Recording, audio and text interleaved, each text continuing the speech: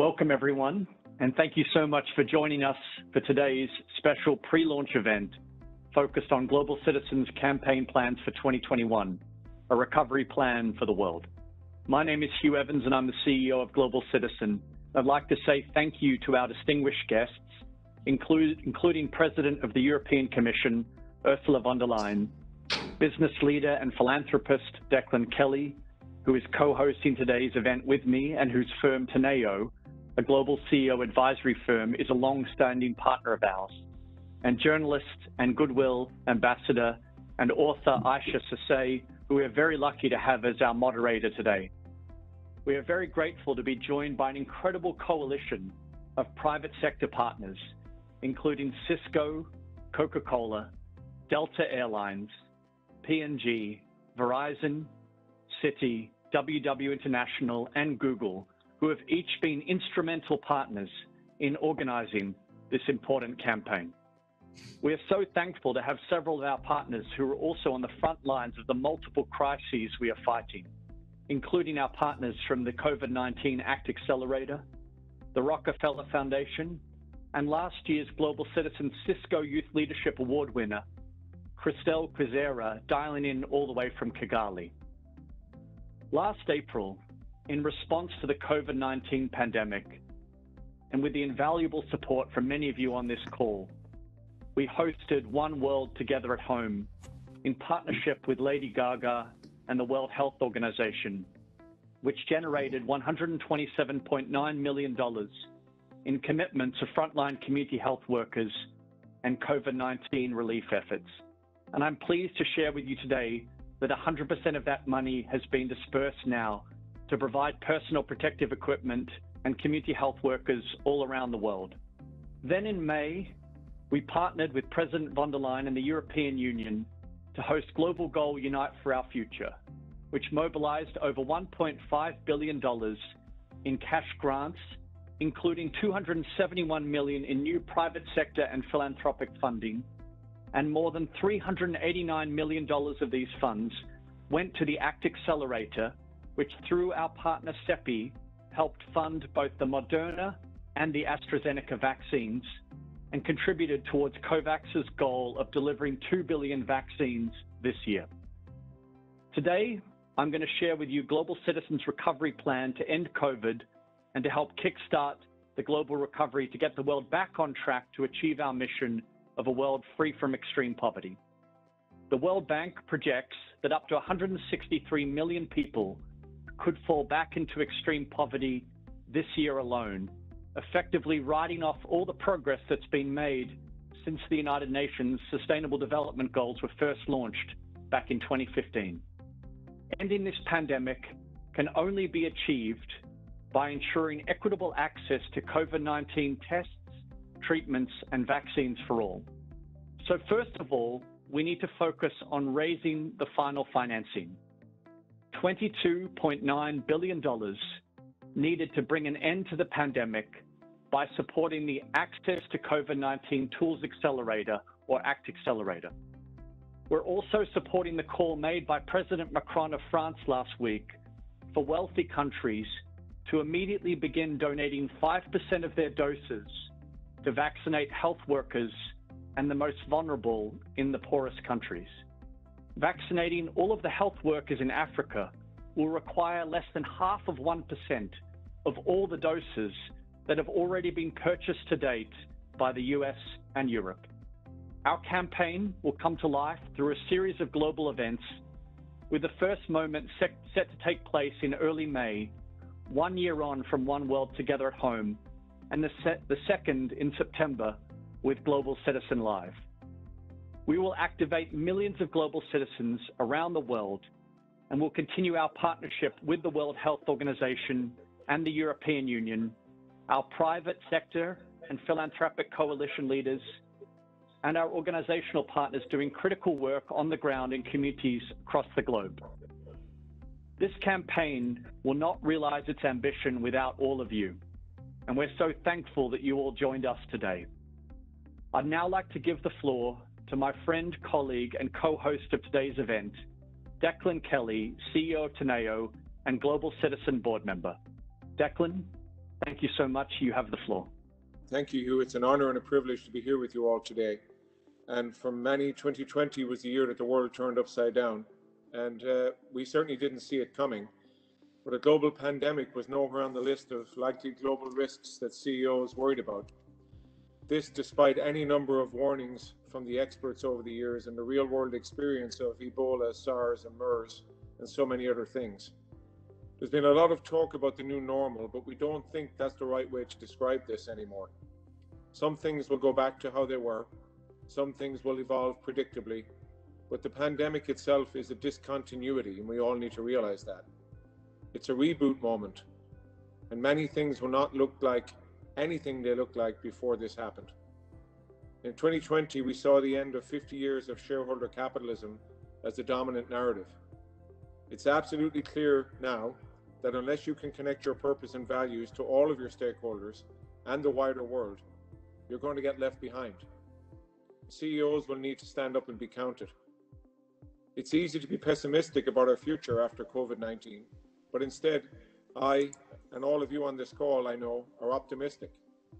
In crisis as well as tragedy, we have also observed the best of humanity in the last year. The first responders who walk into danger for all of us, family, friends, and communities helping each other. The new dialogue that has occurred about race, diversity, and inequality.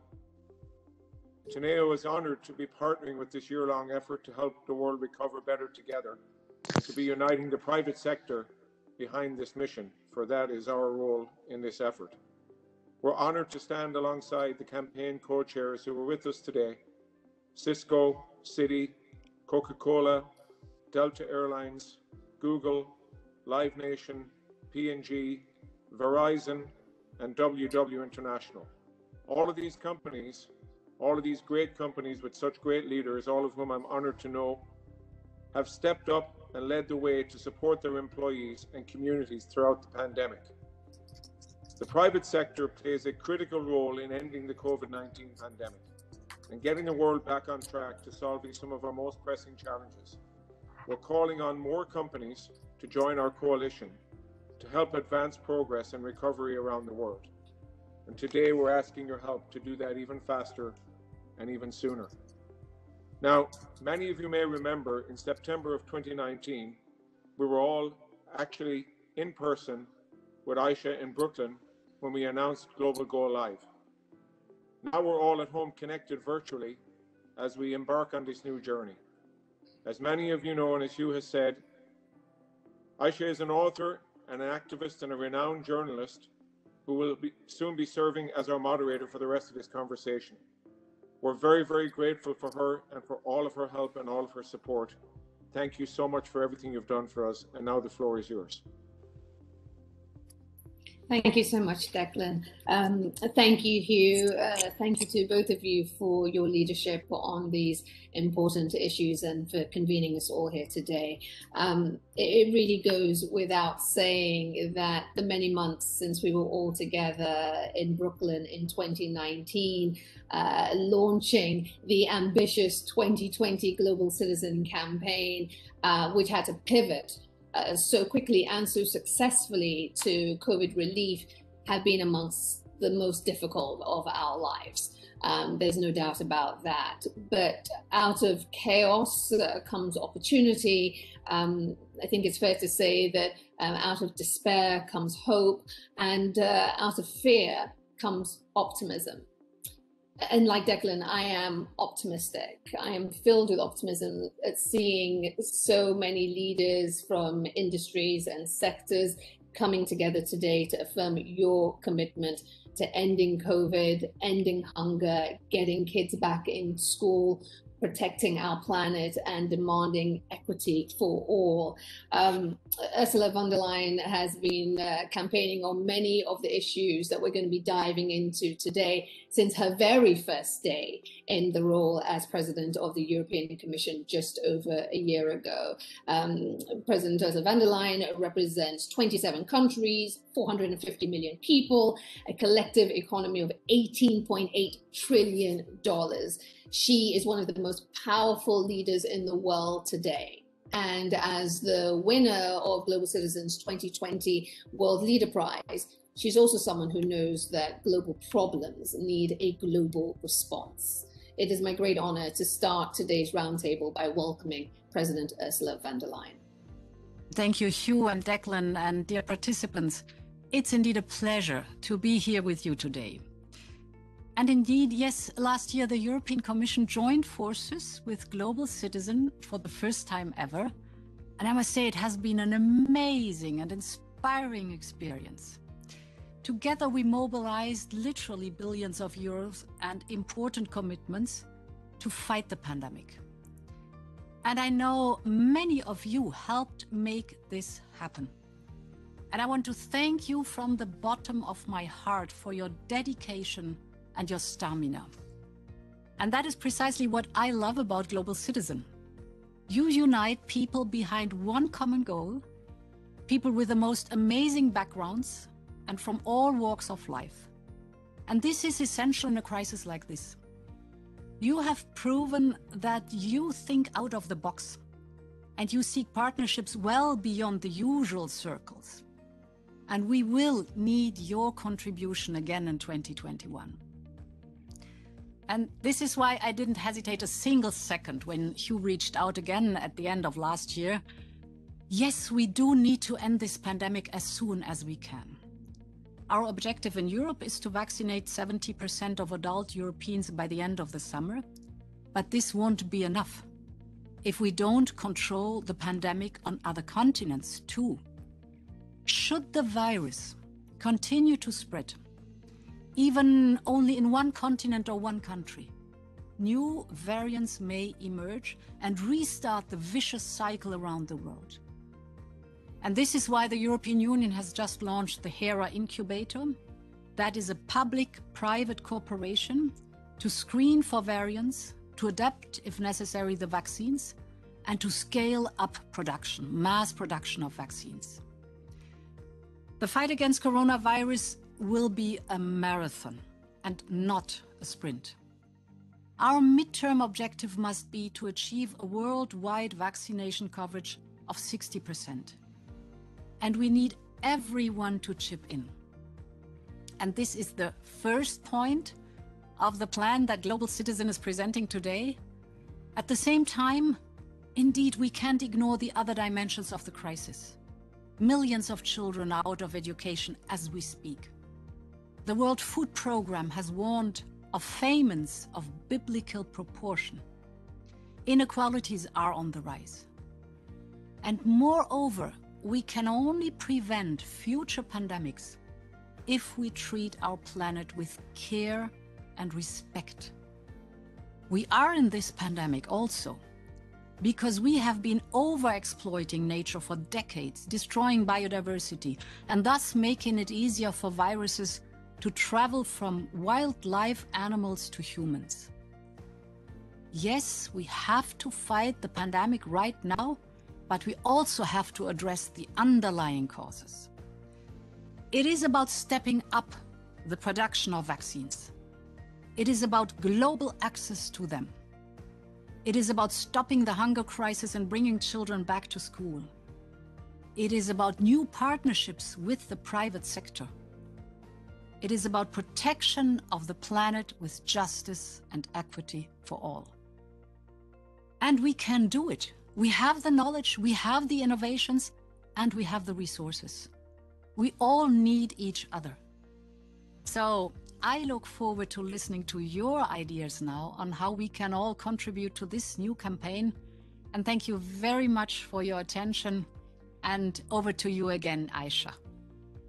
Thank you, President von der Leyen, for your insights, your dedication, and for joining us for today's conversation, which I know will be productive and inspiring. Thank you. Thank you so much. Joining us today, we have a coalition of leaders from across the private sector who each in their own way is responding to the issues laid out in Global Citizen's Recovery Plan for the World campaign. I'd like to start today's conversation with Fran Katsudas, Executive Vice President and Chief People Officer at Cisco. Fran is also co-chair of the Global Citizen Verizon board.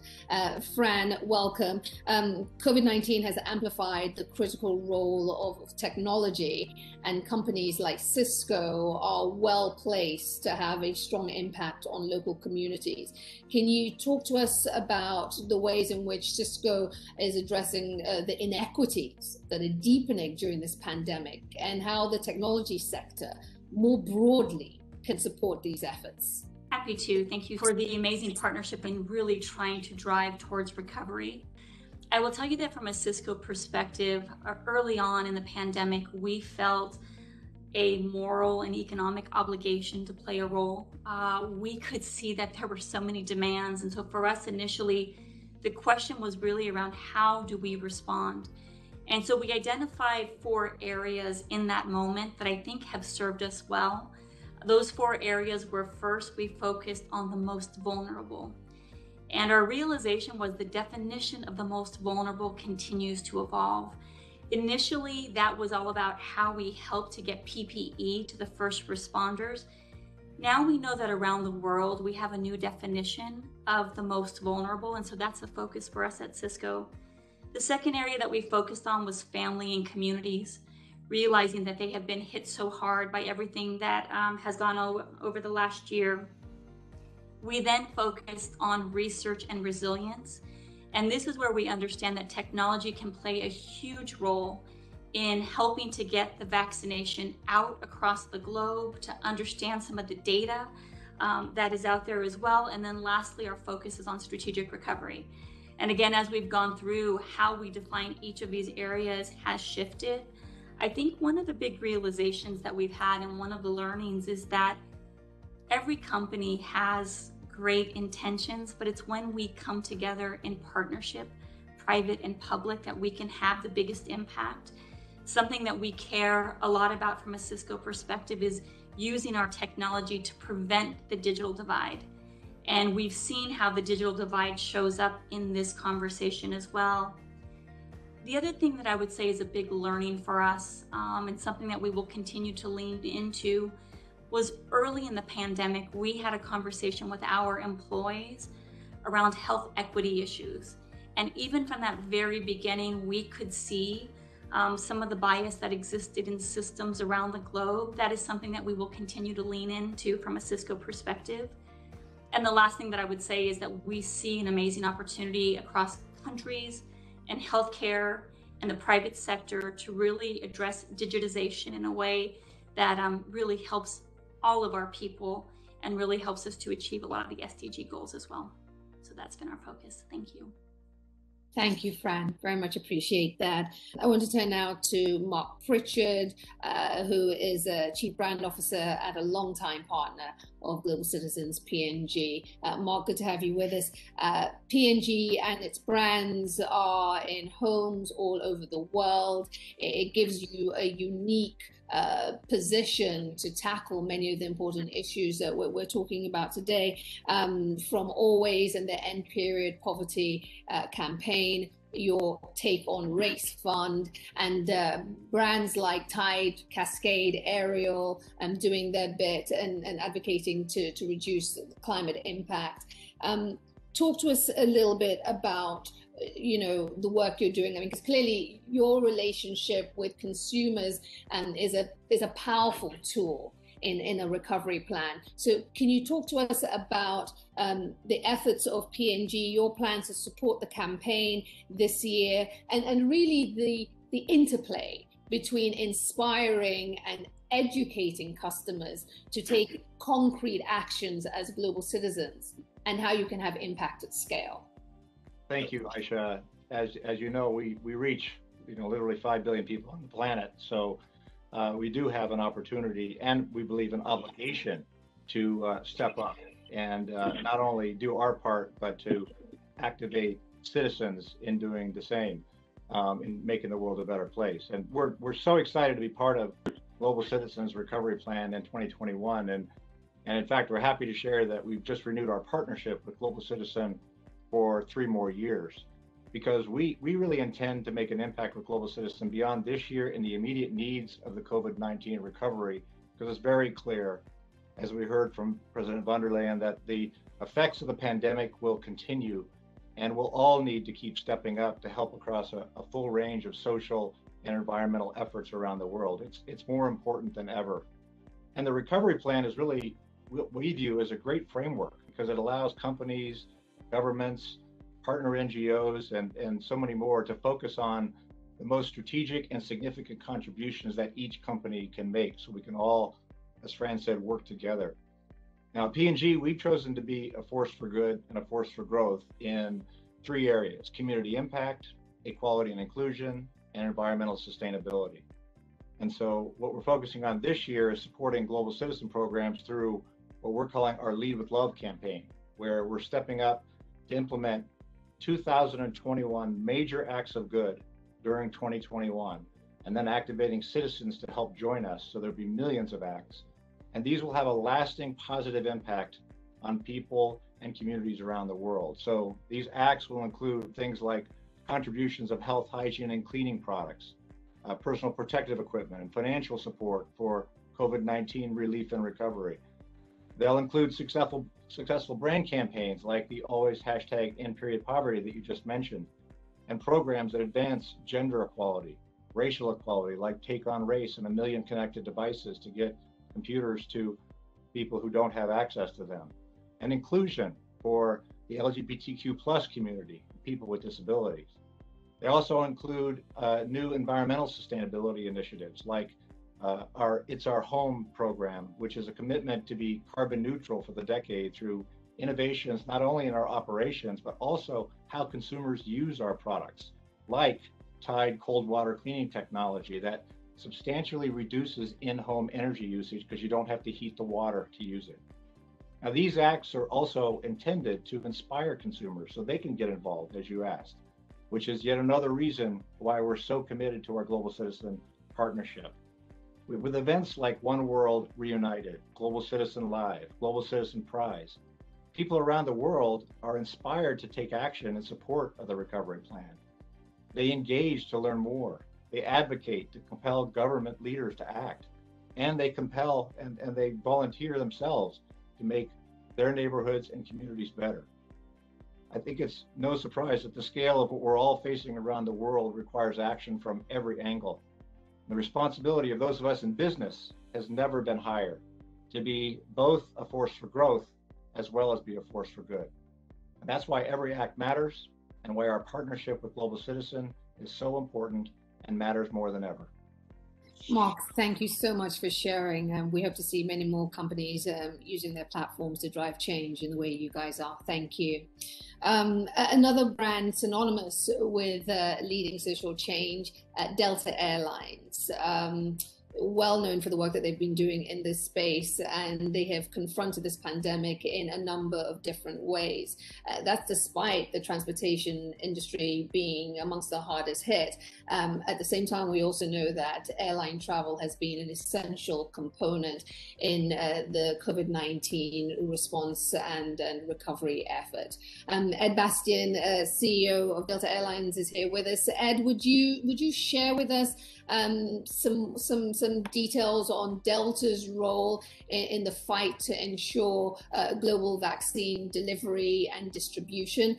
And also, before you start, I also want to draw attention to the fact that this work is happening in parallel with the work that you're doing to fight climate change. Just about a year ago, you guys made a pledge, a $1 billion commitment to become the first airline that would be carbon neutral starting in 2020. Given all that's happened in 2020, could you also speak to how that's going? I can't wait till we're all in person and we can get out of the virtual setting. But in the meantime, good to see everyone. At Delta, we like to say our mission is to connect the world. No one better connects the world than Delta Airlines in terms of bringing the world together, getting people back together, creating more unity and opportunity to engage and experience life together. And this world, as I think we can all appreciate, has never needed it more than it does right now. And yes, while the pandemic has decimated the travel business, not just the airlines, but hotels, restaurants, hospitality broadly, we're more firm in our mission than ever before, because we know people value being together and will value once it's safe being back together more than ever before. So throughout the pandemic, our focus has been very much around protecting people, protecting our people, the health and safety of our people, their welfare, as well as our customers. As you mentioned, Isha, the industry is an essential industry. While many of you, and I'm not going to ask for a show of hands because I don't want to see how many people have not been on an airplane throughout the pandemic, our people need to be on an airplane because the world needs to keep moving and people need to ride, whether it's medical workers going to the front line of fighting COVID or keeping the distribution lanes open or PPE and making certain that all the logistics, all the things that we talk about to protect ourselves. The airlines are keeping the airways open to ensure just that. So our people are out in the line of fire on a daily basis, and we've been very, very active in keeping them safe and with all the safety protocols. And I'm really thrilled that with testing and vaccine distribution and development, whether it's for us flying vaccines as we're doing on a daily basis around the world to different places in need, or the actual distribution of the vaccines. We announced last week here in Georgia with the governor that Delta is the largest distribution center for the vaccine in the state of Georgia. We've opened a mass vaccine center. Just look out my building and there's cars lined up in the parking lot and people are driving through and getting vaccinated. We're going to be distributing thousands of vaccines a day right on our campus. And I could not be more proud to see the people of Delta in our airports as well as in our campus, doing everything we can to open our doors. And Delta's paying the cost for that as well. This is not something that we're charging for. We're making, so we got CVS with us on it, and we're making those vaccines available to all Georgia residents. The climate issue is one that we're very serious about. We know as an industry that has used more than its share of our planet's resources. We need to stop that growth, and we need to actually start to create a sustainable future if we're going to have a sustainable business model going forward. We committed shortly before the pandemic began a year ago to offset all of our carbon footprint, all emissions that we utilize, whether it's through sequestration technology, sustainable aviation fuels, reduction in actual usage of jet fuel. Jet fuel is 98% of what we burn, and unfortunately airplanes have no other alternative at the moment. So we're forced to work on many different ways and technologies and investments in doing that. Last year, the cost of offsetting our footprint, because we had such a reduced level of volume, was $25 million. We're in the midst of making the $25 million of investment as we speak, even in the face of the pandemic, to ensure that we abide by that commitment. And we appreciate everyone's support in this goal. Creating a safer, more sustainable planet is something that's all our responsibilities. None of our industries can do any of this in isolation, and it's what we can do at Delta to start to join hands, particularly with Hugh and the Global Citizen team, to find a way to make sure that the world our future generations inherit have the same opportunities that we've all been able to experience. Ed, thank you so much, and great to hear about the use of your campus for vaccine administration. Thank you for all that you do and your continued investment in driving change. It's critical. Progress towards many other goals have also been stalled in some places. In some cases, we're talking about quality education. There's a risk of advances actually being reversed. Verizon has a long-standing commitment to education. So I want to turn now to Diego Scotti, Chief Marketing Officer at Verizon, to talk a little bit more about this. Diego, as you know, more than 1.5 billion children around the world have had their education disrupted, many of whom cannot afford access to remote learning. So can you talk to us about how Verizon is responding in the face of this pandemic, responding in the space that you have worked in for such a long time, but also how you are scaling your solutions to meet this moment? You said it. I think one of the biggest learnings coming out of the pandemic is that digital inclusion used to be probably in the top 20, but very low in the list of drivers of inequality. And one of the big learnings coming out of the pandemic is that digital inclusion is making it to the top as one of the biggest opportunities for us to create more equality around the world. We all see that either being telehealth, teleeducation, or everything that we're trying to do now through our networks is so critical to reduce inequalities. For us, digital inclusion starts with, there's no silver bullet to solve it, but it needs to start with accessibility, then affordability to broadband options, applications, and also advocacy. We just launched a big push on what we call it Accelerating America, which is a set of recommendations around policy changes to bring accessibility of broadband across the board. And then specifically in the area of education, as you mentioned, we have been working on accelerating the access so millions of students across the country can get the education that they need, at least until we get all back together. So Verizon Innovative Learning is the education program that for a long time Verizon has been driving in the country. Last year we extended the program to 500,000 high school kids with $500 million of investment. At the same time, because we don't think that it's just the students, it's also the teachers, we created a program that is called Teachers Pathways, which is about providing the teachers then with the tools and also the understanding and the learning on how to maximize teaching through this type of remote learning opportunities. And then lastly, we created the remote learning program that I tell you, I'm very proud of this because it's about providing 40 million kids in 40 states and the District of Columbia with the access to remote broadband access so they can study. So all in all, we know that there's not a silver bullet, but now is the time to make action in these areas so that we can make for the future generations the elimination of the digital divide. We're very proud of partnering with Global Citizen and all of you so we can make this a reality. Thank you. Thank you for your efforts on this. Of course, education is just one of the many systems that's being impacted by this pandemic. We can also talk about health and how health systems are being pushed to the brink.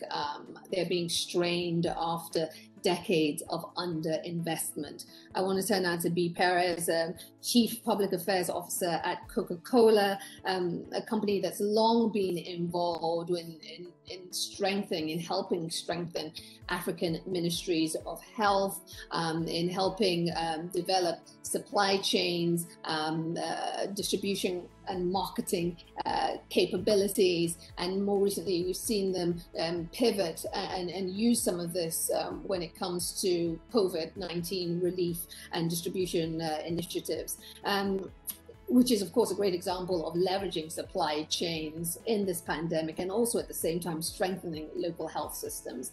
Can we talk about this, about Coca-Cola using its reach in this way, and also if you could shed some light on how the Coca-Cola Foundation is going to continue to support the pandemic effort, or the pandemic relief effort rather, as we move forward.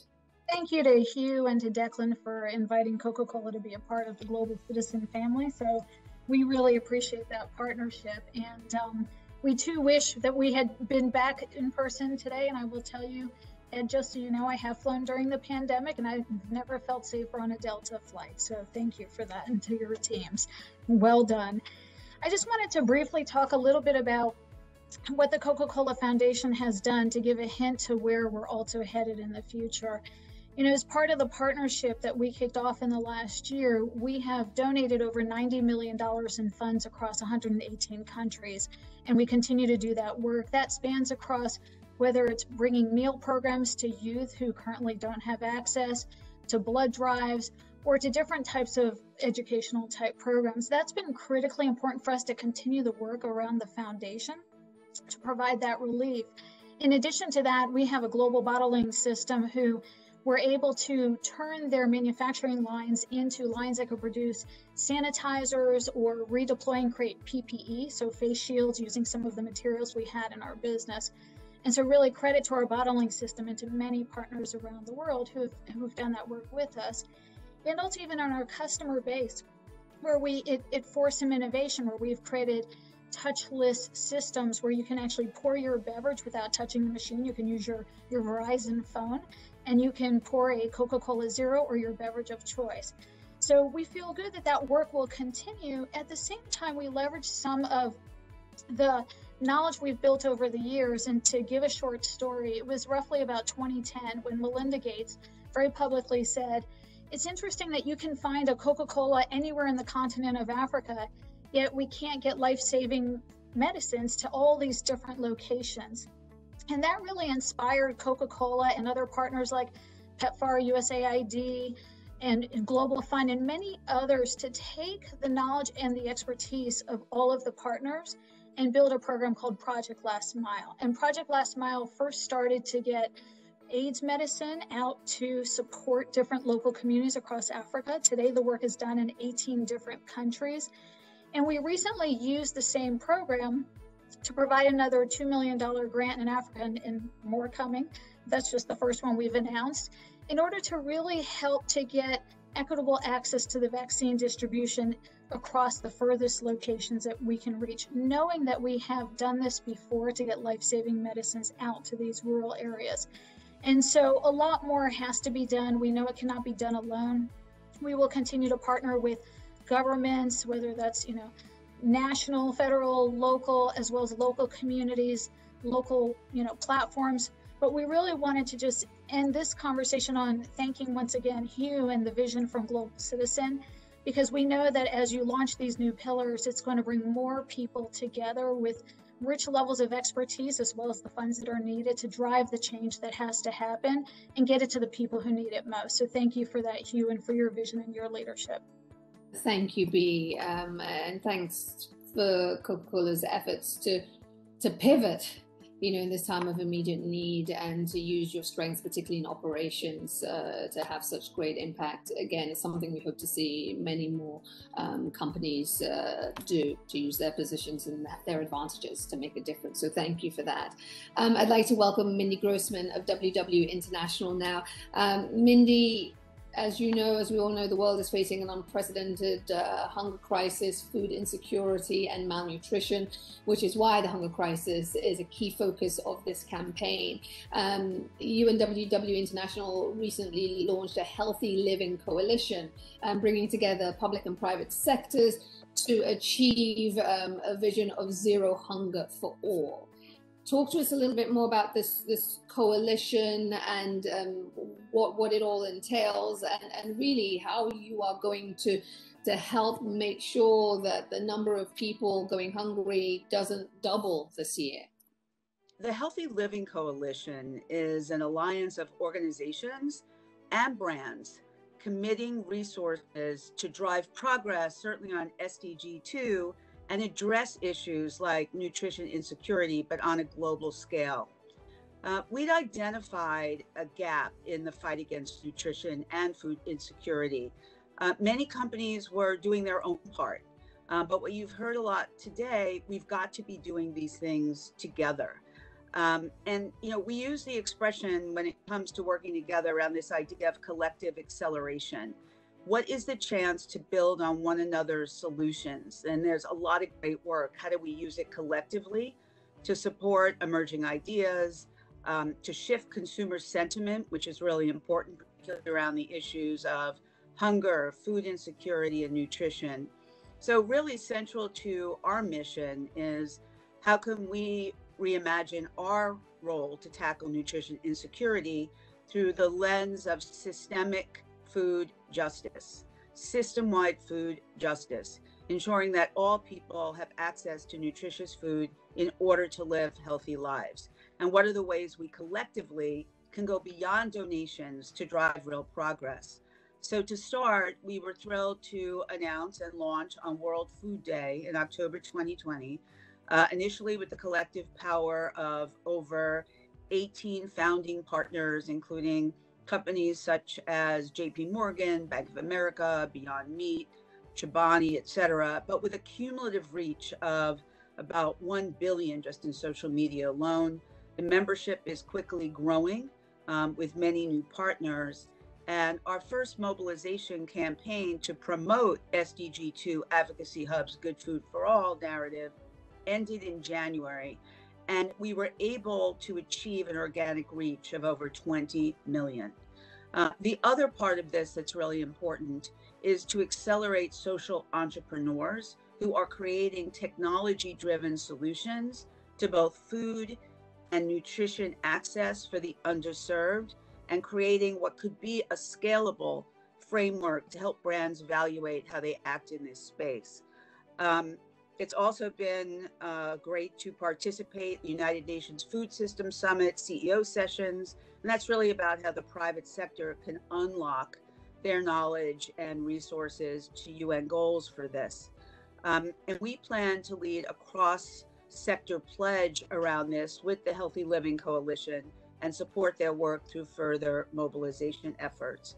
So really long-term measures, really about educating ourselves and mobilizing our audiences around, and we've heard it today before, the societal inequities that lead to food insecurity. That's critical, as are accelerating new approaches and solutions that promote nutrition security by setting goals for each of our companies around how we invest in people and our business.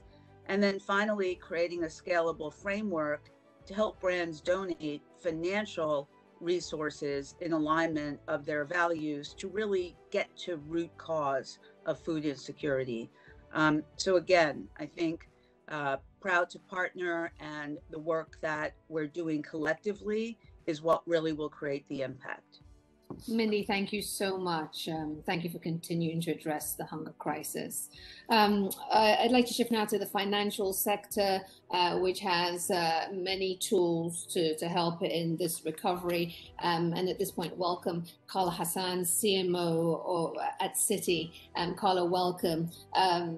Carla, COVID has had an unequal effect across populations, disproportionately impacting minority communities, working mothers. I know that Citi has long advocated for progress when it comes to gender and racial equity. So talk to us, if you will, about how you are advancing this right now. Talk to us about how you're advancing equity, how you are promoting justice in this moment, and what you would say to other folks, your peers, if you will, about why this is important and how being part of this campaign can help achieve those goals.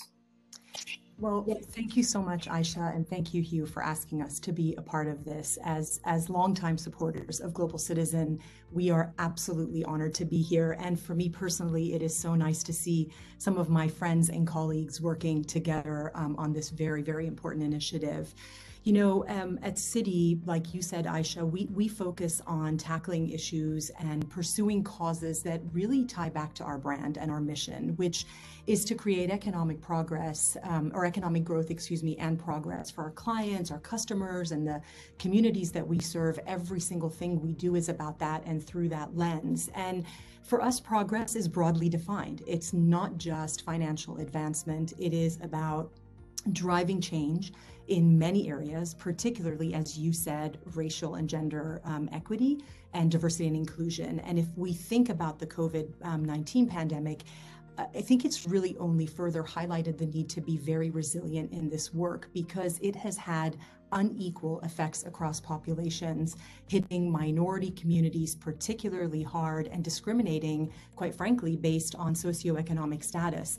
And when you think about working mothers, for example, as well, they have also been disproportionately impacted.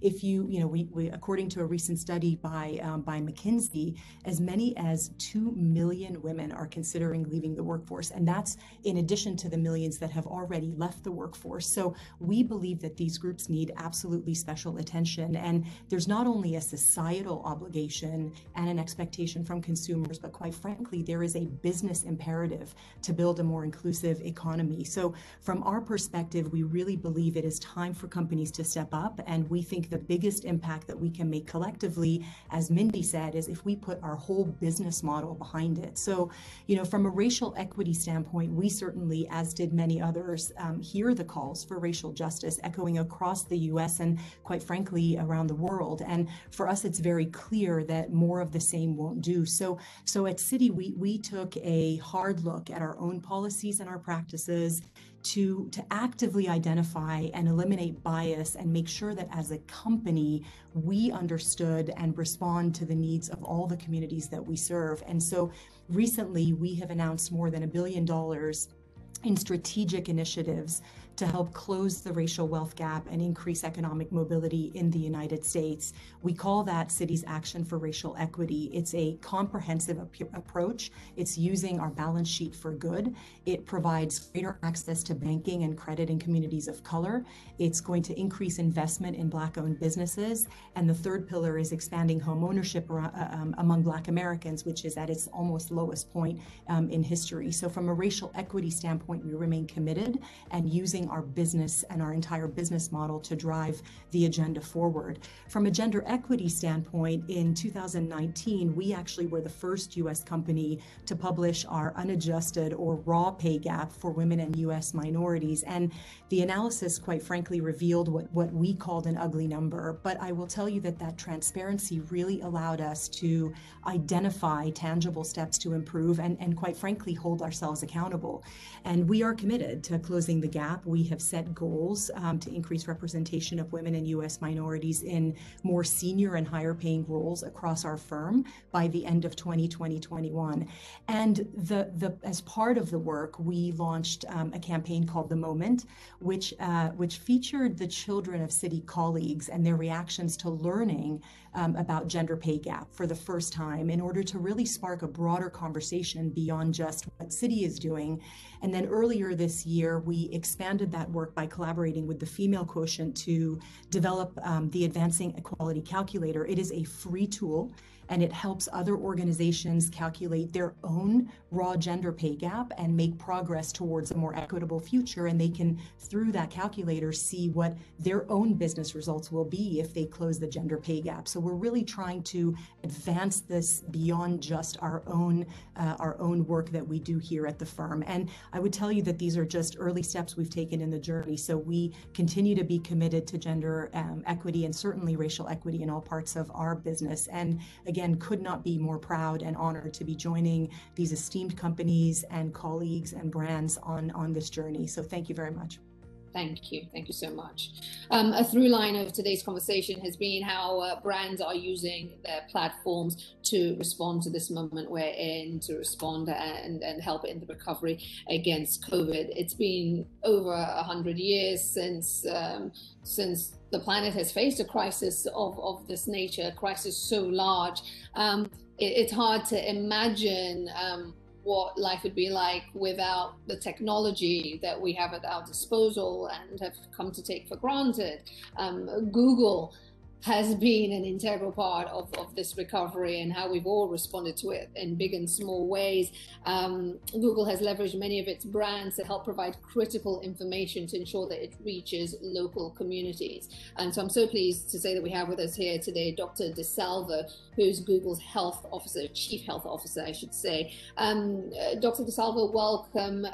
Google was a key partner of the World Health Organization and more than 100 government agencies around the world and provided millions of dollars in ad grants to help ensure that critical information to help the spread or to halt rather the spread of COVID was shared to communities.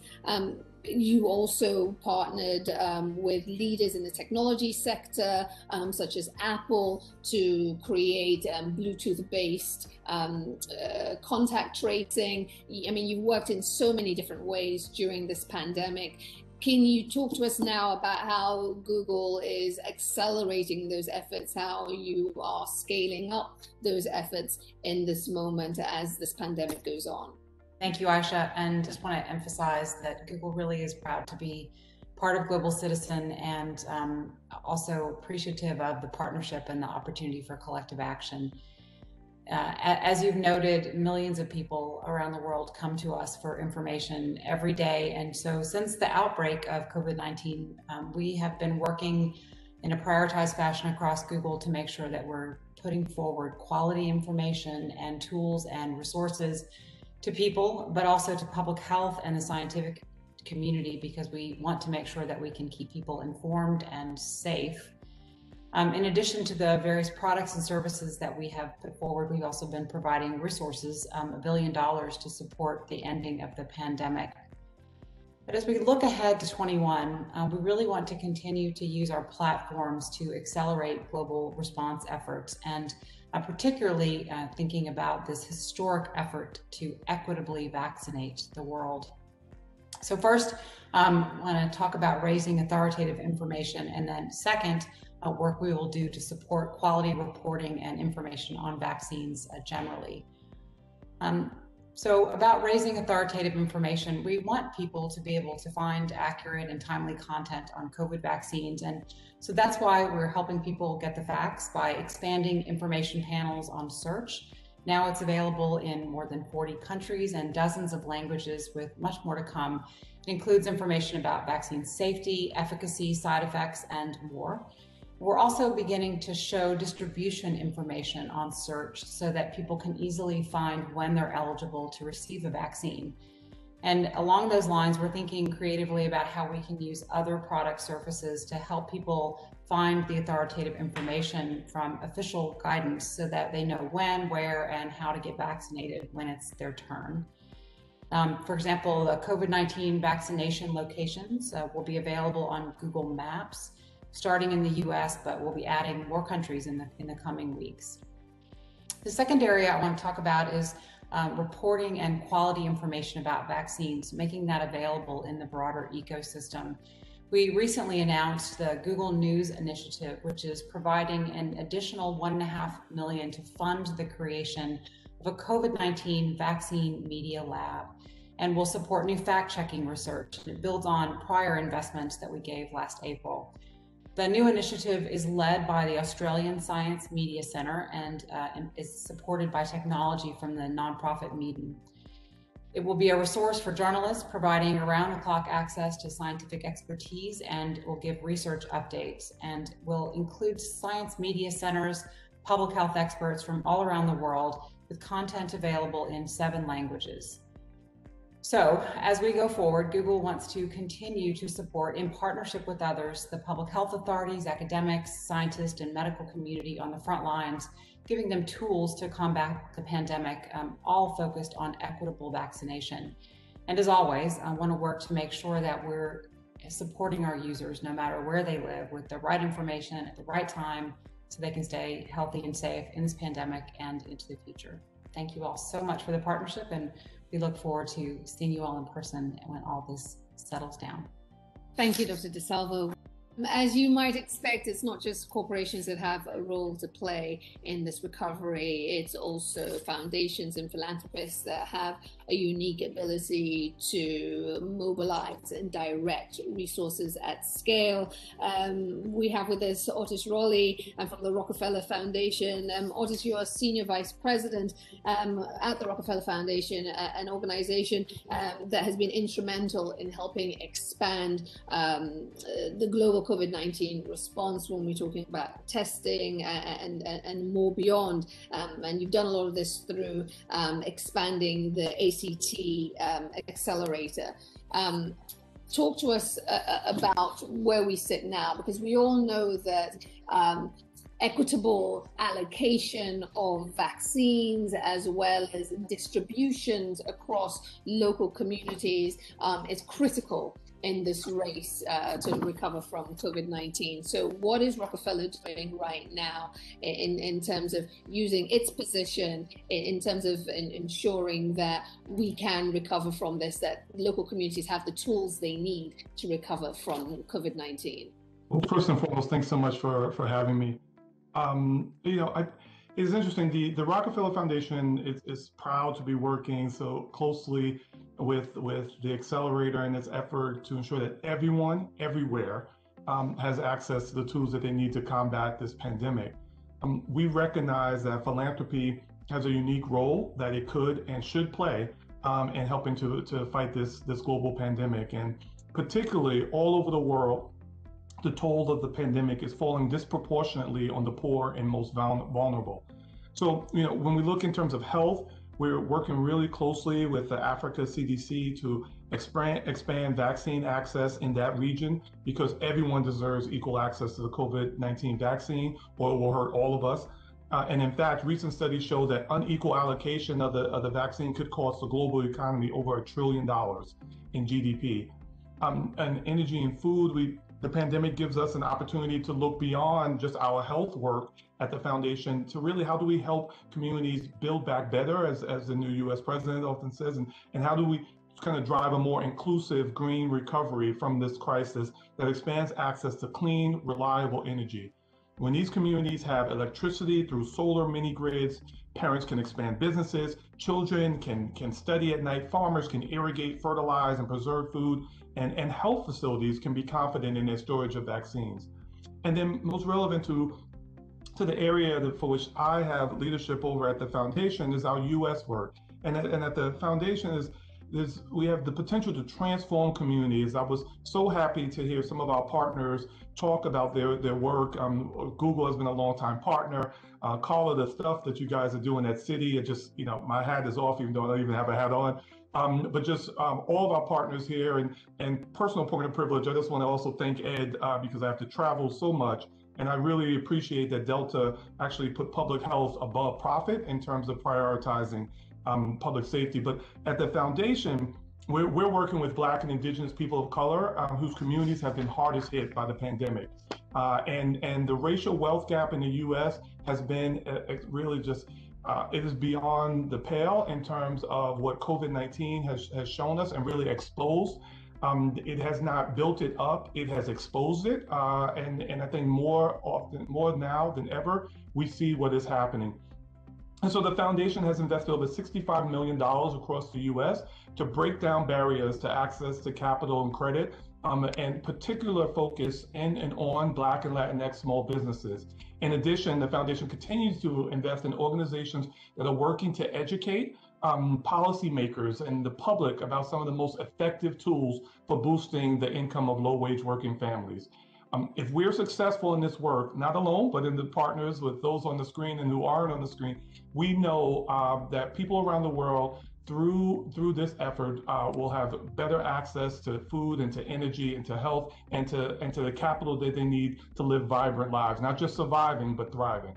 And that's why in October, we've also committed an additional $1 billion with the B over the next 3 years, the single largest commitment in our 108-year history to really trying to address this divide. So we're pleased at the foundation to work in sync with the Global Citizen Campaign and with all of the partners on this call, and just excited about the opportunity to advance this work together. Otis, thank you. Thank you for all that you are doing. And whether we're talking about business, art, technology, whatever we're talking about, really, the passion of young people is critical and will define our future. So with that, I want to turn to a young person, a young dynamic woman who is on a mission to eradicate water scarcity in Africa. And at just 26 years old, she has an organization that is already making a difference to the lives of over 70,000 people. So I want to welcome Christelle Kwizera. Christelle, thank you for being with us. You are the 2020 Cisco Youth Leadership Award winner. You're a mechanical engineer by trade, and I think you were just 20. I'm checking my notes here. You were just 20 when you founded Water Access Rwanda, which was in response to the dangerous conditions that Rwandans face every time they go to collect water from rivers and dams. You are remarkable. Let me just say thank you for all that you do, and congratulations on your efforts and success. So given your success, can you speak to young people who may be thinking that there isn't much that they can achieve with their voices and by taking action, who really feel maybe powerless? Can you talk to them about the difference they can make in ending the pandemic? Thank you, Isha. I'm so blessed to be here. Such an amazing landmark moment. When I started Water Access Rwanda, as you said, I was 20 years old. I had no experience. I had no money. all I had was a strong conviction that we can do better for poor people in rural areas, for the bottom of the pyramid. When I did my first summer water project, I noticed that a lot of solutions that were being offered in the rural areas were not very sustainable. Most people only did water hand pumps, which were not providing convenience or accessibility of access to clean water that you find in urban areas. So basically, self-piped water, which is usually more affordable, was a luxury for the urban areas. So at the time, I kind of, in my youth, I challenged what everybody else was saying, that a rural hand pump was a better solution than piped water. And I set out to go and create piped water that will be self-sustainable and affordable, permanently affordable for the bottom of the pyramid. And this is a strong message for young people. When I started, as I said, I had no experience, no money, but I really had strong belief. And I think that's something that young people have a strong power for. They have a strong power for dreaming, for inspiring others, for moving as a group to really tackle one big thing. And my advice to them is to really see themselves not as absent participants into the future of our planet or the future of their people or of a global community that we all live in, but to be really active participants and believe in the solutions that they can bring. The way I like to put it, we're all trees in a mighty forest. And I would challenge a lot of the young people out there who see themselves as global citizens, who should be seeing themselves as global citizens, to really dare be the tree that makes the forest brighter. When we started, we started with a community of 100 people. We're now servicing 72,000 people. And from there, we're launching to reach the next 20 million. And from those 20 million, we're going to tackle a much bigger crisis, because the crisis we're tackling is 2 billion people who are affected by lack of access to clean and safe water. But the strength of the challenge or how big the monster is should not be something that scares us, but it should be something that gets us standing and working to fight these big challenges and offer our solution and be part of this massive forest. I've just been blessed to hear how everybody from big corporations to philanthropists committing to creating a much brighter future and aligning efforts to deliver a brighter future despite the challenges of COVID. And that's the power that young people have. The future that's being built is our future, the future of our children. So we need to step in and be part of the solution. And there's definitely no effort that's too small, because it's getting combined by an army of other efforts. And we can definitely make an impact as a global community. Christelle, thank you so much. No offense to all the other old folks on this round table, myself included, but she's pretty awesome. I'm going in her direction. But Christelle, thank you for sharing that and for inspiring us all. We heard from Hugh earlier that it's going to take a massive groundswell for us to ensure that government, private sector and philanthropy, that all individuals involved step up and truly make the commitments that will see us through this pandemic and to ensure that we emerge better off. It's more critical than ever. But I guess, the point to be made is, what are we calling on them to do? Who are we asking them to support? So let me break that down for you.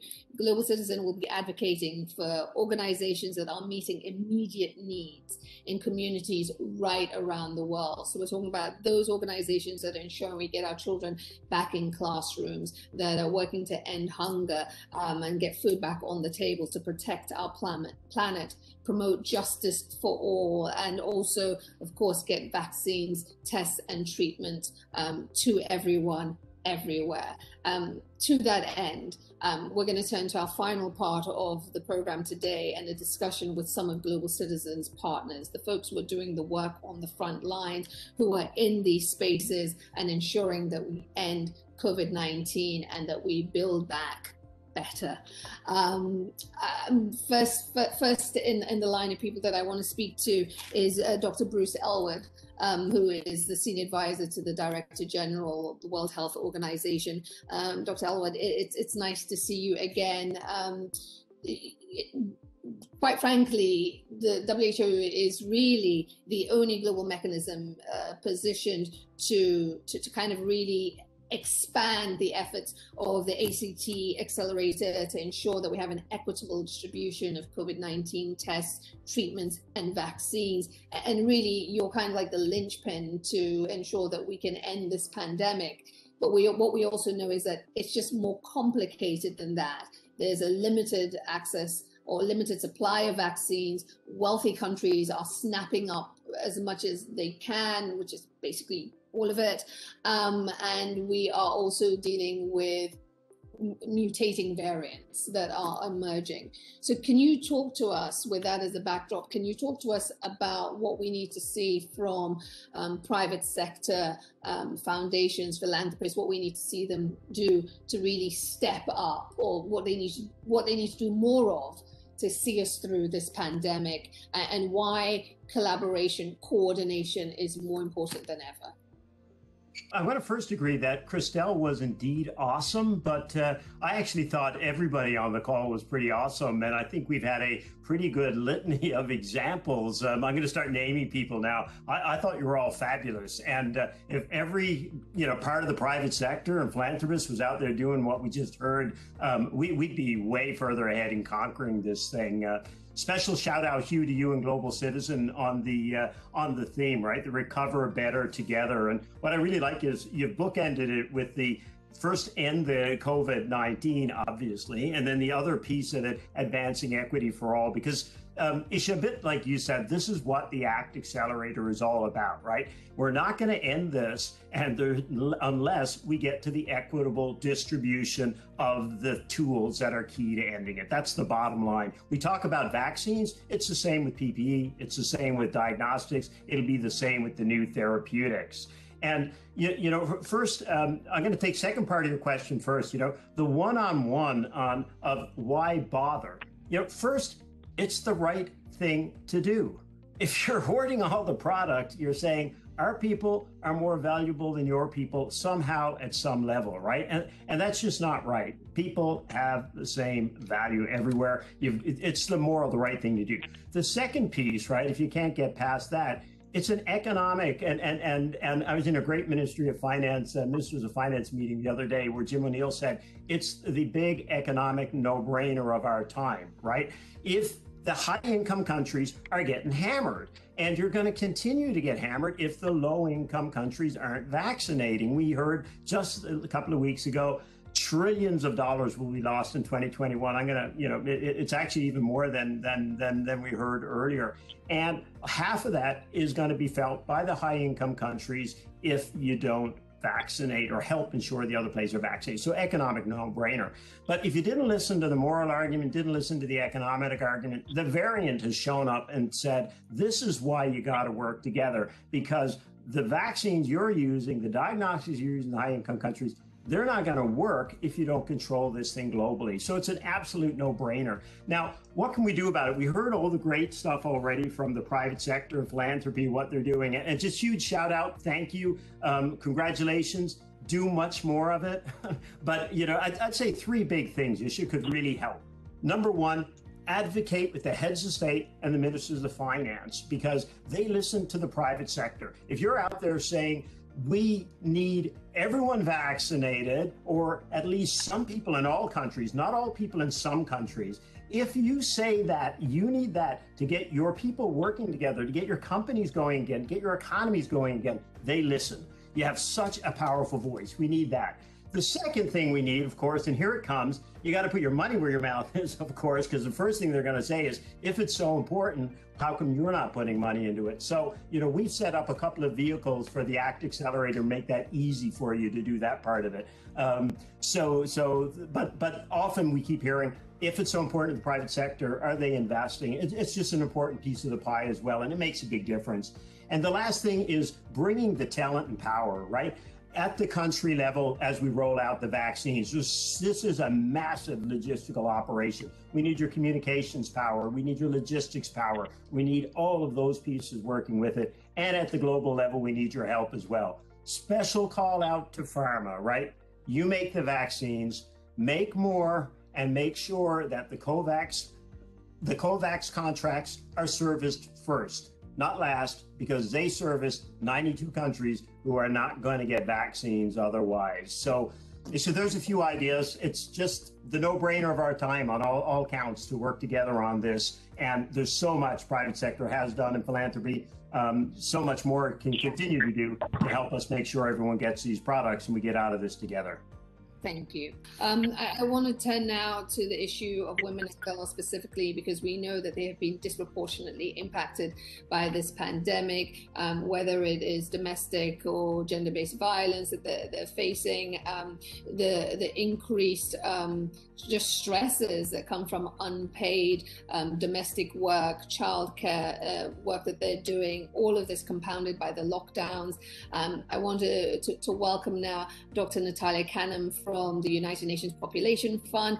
Full disclosure, I recently became a Goodwill Ambassador for the UNFPA, so I know Dr. Cannon well, and I'm so happy to be welcoming her to this conversation. Dr. Cannon, UNFPA has been responding in this moment to this crisis in many, many ways. You've partnered with Global Citizen now, another organization I love greatly. Talk to us about how we can put women and girls at the center of recovery efforts. Thanks so much, Isha. And you know, we're enormously proud to count you as our Goodwill Ambassador at UNFPA. And thank you to Global Citizen for leading this campaign with a level of ambition. That's the type of ambition that's required so that we can ensure equity as part of recovery. And a lot of you have spoken to that already.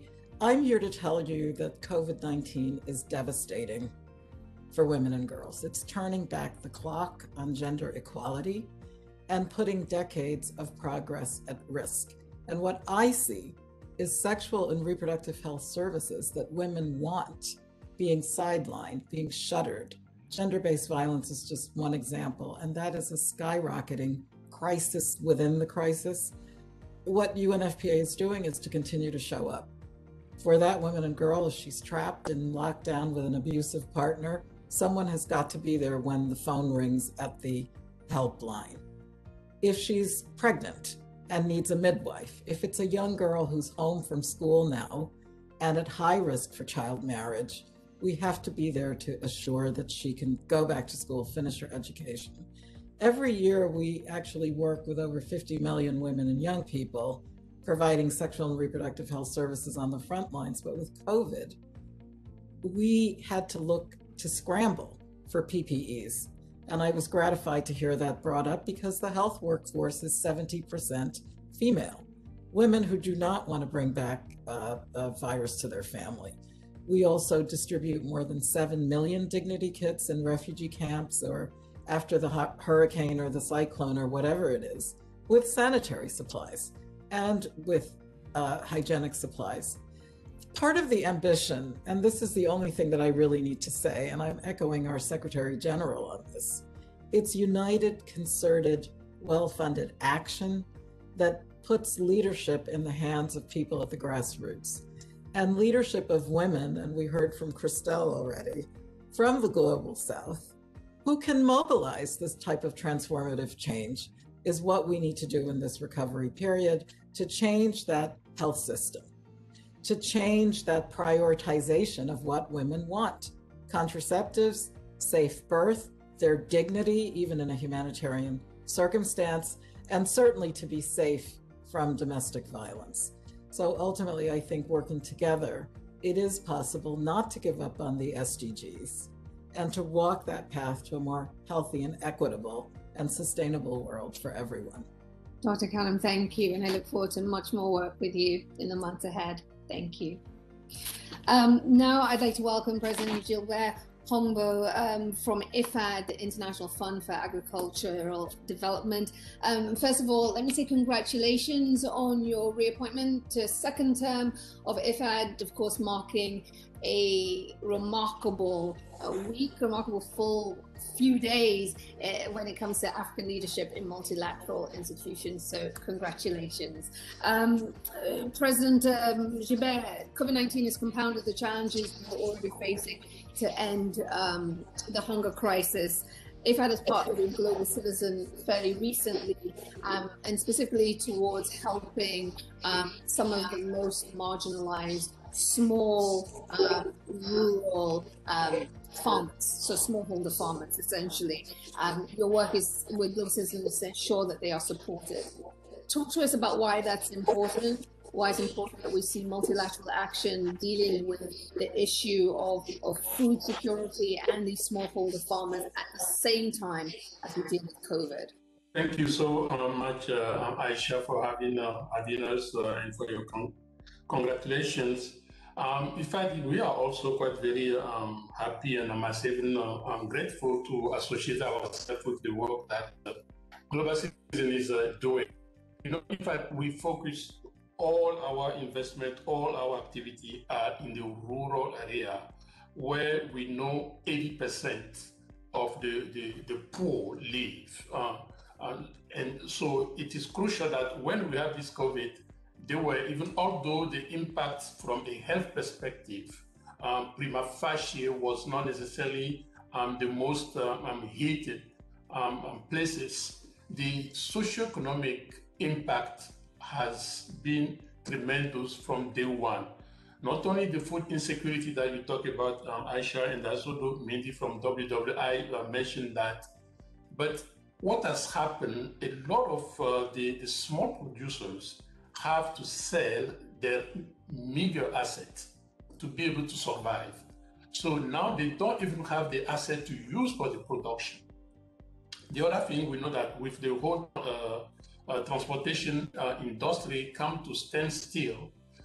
If you take, for example, Sub-Saharan Africa, which import 35 billion of food product a year, and with the transport sector coming to a stop, you can imagine the consequence. So the issue about sustaining the domestic production now is another huge issue that we have to deal with, let alone the problem of food waste and loss, particularly the food loss dimension because of the lack of transportation, people producing. So in addition to addressing what I will call the crisis management dimension, the humanitarian dimension, unless we invest in building up the resilience of the rural people, the rural community, the risk for us is to go from a pandemic, a health crisis, straight to a food crisis. That's what we're trying to avoid here.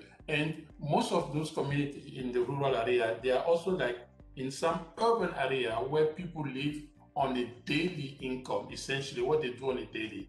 So, which makes even respecting the social distancing much harder. So the more we invest in the long-term resilience for the smallholders, the better we are contributing to avoid the next crisis. Because let's face it, today we are facing the pandemic. Yesterday maybe was a tsunami. Tomorrow we don't know what is going to be the crisis that might be looming. And while I hope to be wrong, maybe it's prudent for us to assume there will be other crises. So it doesn't matter if you go from a health or to climate change.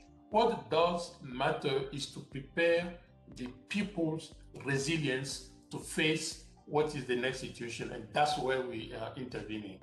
Over to you. Thank you so much for your efforts to support rural smallholder farmers and communities. Thank you. All right, my final question is to the force of nature that we all know. As Yasmin Sharif, Director of Education Cannot Wait. Yasmin, you know all too well, and I know it's top of mind for you all the time, that 1.5 billion children around the world have been impacted by school closures. We know about a third of them cannot afford remote access when we're talking about learning, remote access to learning, and we could see more than 10 million children permanently out of school. I know that Education Cannot Wait and its partners are responding with urgency and in innovative ways to ensure that children can continue to learn. Can you speak to us about how partnering with Global Citizen will help achieve that, will help ensure that no children are left behind and can continue to learn? And what are you asking of leaders to do to make sure that that's a reality? Thank you very much, Isha. Thank you, all of you. It's been very interesting to listen to all of you. And also thank you to Global Citizen for having Education Cannot Wait with you today. We have a very long collaboration with Global Citizen that spans over the past few years. Education Cannot Wait is it's the first global fund for education in emergencies and protracted crisis. We are part of the UN system. We are an entity inside the UN, the United Nations, and we need a multilateral system. But we work also very closely with civil society and private sector. One could say with the entrepreneur organization in the UN system, changing things, reducing bureaucracy and move and action and speed on the ground. Now, when I look at the 5-point agenda that Global Citizen is launching, there are 2 of those points that I would particularly pick up on when it comes to education. The point 3, to get all children back to school, and point 5, to go to those who are furthest marginalized. And that is our strength. We deliver with speed, with quality, education to children who are in armed conflict countries, who are refugees, internally displaced. We speak Afghanistan, we speak South Sudan, the Rohingyas, the Sahel, Mali, Burkina Faso. Those who are really left furthest behind, because if their education does not continue during COVID-19 and beyond, you're going to have over 100 million children and young persons who will never know how to read and write, think critically, who can never build back better. And when you can't build back better, you may end up with teenage pregnancies and young boys joining militia or terror groups. This is going to haunt us all one day. So that's our focus. In our COVID-19 response, we delivered $60 million to 33 crisis-affected countries. We have reached 9 million children and youth. And we could reach, if we had more funding, more resources, we could reach as many as 32 million of those most marginalized and left furthest behind. This entails radio-based television, broadcast learning, online learning, and mental health services. So important when you're in a conflict or a crisis. Community awareness campaigns, water and sanitation, important for addressing COVID-19 and school feeding. And we move with the fierce urgency of now. We delivered all of that within 6 weeks of COVID-19 being declared as a pandemic. So it's all action, it's action in country. Now, what can we do more? Well, to deepen our collaboration with Global Citizen that has that real grassroots outreach, but also works with private sector and also have a very inspiring approach to tackle the challenges of the world that reasons with Education Cannot Wait. And we work a lot with Global Citizen, and we're working with partners like Lego, Verizon, Porticus, HP, and over 20 government partners like the UK, Canada, the US, and many others. And we are, of course, appealing to the world, to all private sector partners. Join us, invest in humanity. We need to raise $400 million to reach 10 million more children and youth in the coming year or 2, and to bring learning to those who are suffering in places that are unimaginable to us. I just came back from Burkina Faso. I met children who had no access to technology, who are suffering a digital divide. The teacher can do nothing. I saw refugees in Lebanon in December, and they're one family sharing one smartphone. You cannot sustain education with that. So I appeal to all of you, work with us, work with Global Citizen, and we will change the world. But investing in education is essential to achieve all other development goals, such as health, ending the pandemic, and bring about a better world of peace and security. You can't do it without education. Thank you very much, very inspiring. It's great forward to working with all of you. Thank you. Thank you so much, Yasmin. I'd like to welcome back President Ursula von der Leyen to share some additional thoughts. Floor is yours. Thank all of you for so many interesting ideas. It's really inspiring. Indeed, in 2021, we will all need to redouble our efforts. And that is what Team Europe just did, quite literally. Last week, we decided to significantly increase our contribution to COVAX, bringing it to around 2.2 billion euros now. And Hugh, like you, I fully support the proposal of President Macron to donate vaccines to vaccinate healthcare workers in Africa. This is so important, and you've all raised that topic. So right now we need the vaccines. Right now they have to be donated. It's a small percentage of what is out there. At the same time, we are working with the African Union, actually also with the African CDC, to support the rollout of their vaccination campaign. So we're speaking about syringes or PPE, for example. But there's another topic. I think in the medium term, we will have to work with industry to increase vaccine production in Africa. Because right now, vaccine production is concentrated in a few places. In fact, Europe is the largest exporter of vaccines to the world, and this is not sustainable. Therefore, I think we need to create or boost production capacity elsewhere urgently. This is, in a nutshell, the kind of action I have in mind. We're joining forces with the United Nations, with regional organizations, with the private sector, and of course with NGOs. And I know that Global Citizens champions this approach. So let us look into new opportunities for cooperation under the 5 pillars of this new campaign. The first important, if I may call it, rendezvous of the year will be the Global Health Summit in May, which I'm co-hosting with Prime Minister Mario Draghi in Rome, so save the date. It will be a moment not only to reflect on the lessons learned, but also to agree on kind of a global preparedness blueprint so that the world can never again be caught off guard. But of course, we should not wait until then. Let's start working on new solutions, new commitments, and new alliances. If we join forces, we can achieve the unthinkable. We will recover better together. I think it's our choice and our responsibility. And it was so inspiring to be here with you. I count on you and you can count on me. And I thank you very, very much for your commitment. To all of today's esteemed leaders, thank you so much for everything that you are doing.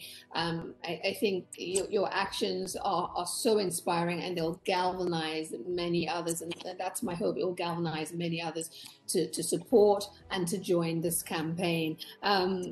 I just want to close by just echoing what Mindy Grossman said. You know, companies are doing a lot already, but you need to do more together. And, you know, furthermore, as Bruce Ellwood said, more is needed, more collaboration, more coordination. It's necessary for everybody to come together to do their part to get us out of this and to ensure that we can end extreme poverty. It was an honor to be your moderator today. Thank you so much for having me. I'd like to hand over now to Hugh for closing remarks. Thank you so much, Isha. I hope you'll consider joining us for tomorrow's launch press conference, hosted virtually by our partners at the World Health Organization at 8 a.m. PST, 11 a.m. EST, and 5 p.m. CET, which you can follow along at youtube.com/WHO and share the campaign with your networks and communities. With your help and collective action, we can end COVID-19 and get the world back on track towards a global recovery. Thank you again for joining us on this call today. Thank you for your leadership, and I look forward to working with all of you. We are grateful to have received support from over 20 governments and the United Nations for the recovery plan. We'd like to close today's roundtable with a montage of video messages of support. Take a look.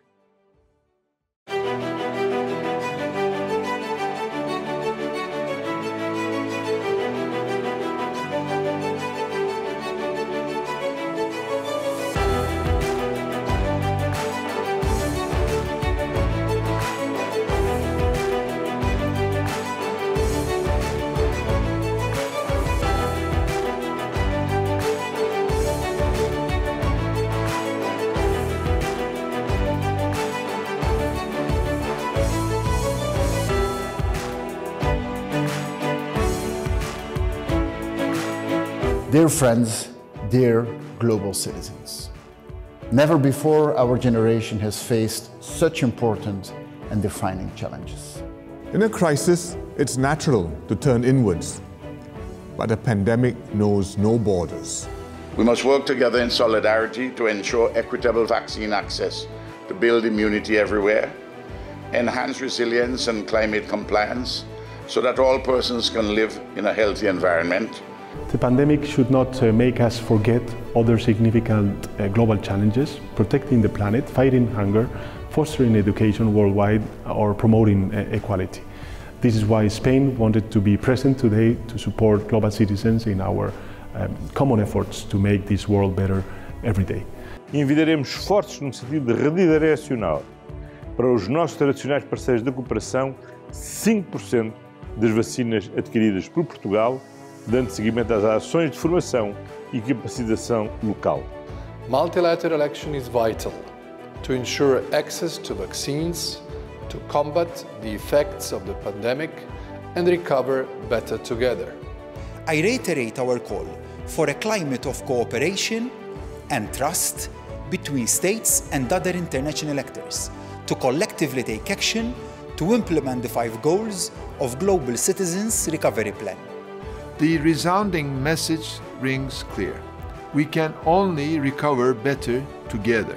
Developing countries must be able to access long-term affordable finance to craft green economic stimulus measures and build back better. La equidad y la solidaridad de los países ricos nunca había sido tan vital. Let us use this opportunity to fight climate change and to stay together in the work towards recovery. We count on Global Citizen to mobilize networks of young people around the world.